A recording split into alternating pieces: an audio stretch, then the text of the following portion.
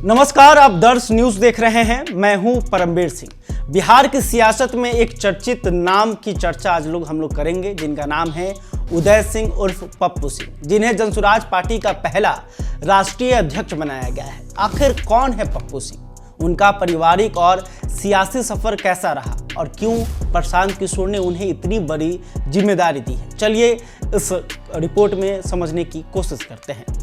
उदय सिंह, जिन्हें लोग पप्पू सिंह के नाम से जानते हैं, बिहार के पूर्णिया जिले से आते हैं और एक प्रभावशाली जमींदार परिवार से ताल्लुक रखते हैं। उनका परिवार बिहार की सियासत और नौकरशाही में दशकों से सक्रिय है। उदय सिंह के पिता टीपी सिंह आईपीएस अधिकारी थे। टीपी सिंह सीनियर नेहरू सरकार में भारत सरकार के वित्त सचिव भी रहे थे। उनकी मां माधुरी सिंह 1980 और 1989 में कांग्रेस के टिकट पर सांसद रह चुकी हैं। उनके बड़े भाई एनके सिंह एक रिटायर्ड आईएएस अधिकारी हैं, जो नीतीश कुमार की पार्टी जदयू से राज्यसभा सांसद रहे और बाद में बीजेपी में शामिल हुए। एनके सिंह प्लानिंग कमीशन के उपाध्यक्ष और 15वें वित्त आयोग के अध्यक्ष भी रह चुके हैं। उन्होंने स्टैनफोर्ड जैसे विश्वविद्यालयों में अर्थशास्त्र पर लेक्चर दिया और नीतीश कुमार के पहले कार्यकाल में बिहार में निवेश लाने के लिए कई बड़े उद्योगपतियों को पटना बुलाया।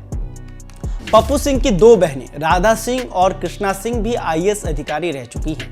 उनकी तीसरी बहन श्यामा सिंह औरंगाबाद से सांसद रह चुकी हैं और बिहार के पूर्व वित्त मंत्री अनुग्रह नारायण सिंह की पौत्र वधू और पूर्व मुख्यमंत्री सत्येंद्र नारायण सिन्हा की पुत्र वधू हैं। श्यामा सिंह के पति निखिल कुमार रिटायर्ड आईपीएस अधिकारी और केरल और नागालैंड के पूर्व राज्यपाल रहे हैं। यानी पप्पू सिंह का परिवार सियासत और प्रशासन में अपनी मजबूत पकड़ रखता है।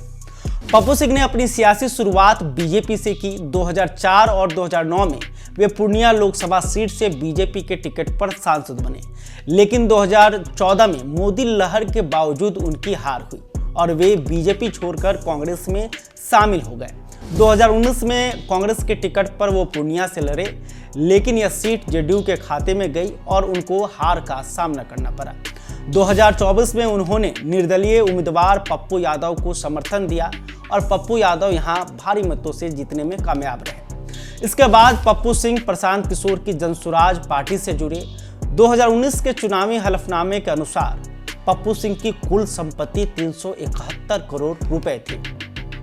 पप्पू सिंह ने दिल्ली पब्लिक स्कूल आर.के. पुरम से पढ़ाई की, लेकिन 12वीं के बाद उन्होंने पढ़ाई छोड़ दी। दिलचस्प बात यह है कि तेजस्वी यादव भी इसी स्कूल से पढ़े और वो भी 9वीं के बाद उन्होंने पढ़ाई छोड़ दी थी। जिसके बाद जनसुराज पार्टी के संस्थापक प्रशांत किशोर तेजस्वी यादव की पढ़ाई को लेकर लगातार तंज कसते हैं। अब सवाल यह है कि क्या प्रशांत किशोर अपने राष्ट्रीय अध्यक्ष पर भी इसी तरह का तंज कसेंगे।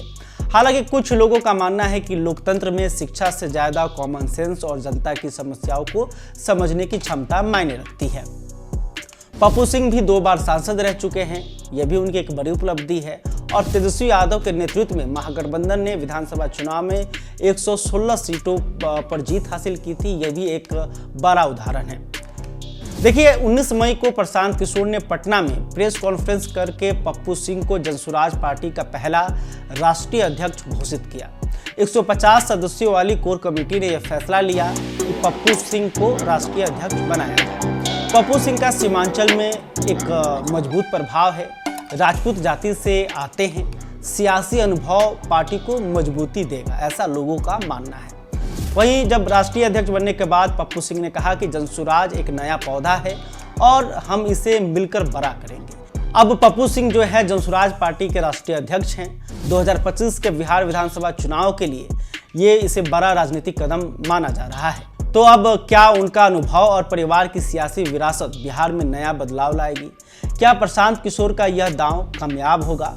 अपनी राय कमेंट बॉक्स में जरूर बताएं। अगर आपको यह वीडियो पसंद आया तो लाइक, शेयर और सब्सक्राइब करें ताकि बिहार की हर सियासी अपडेट आप तक पहुंचे। धन्यवाद।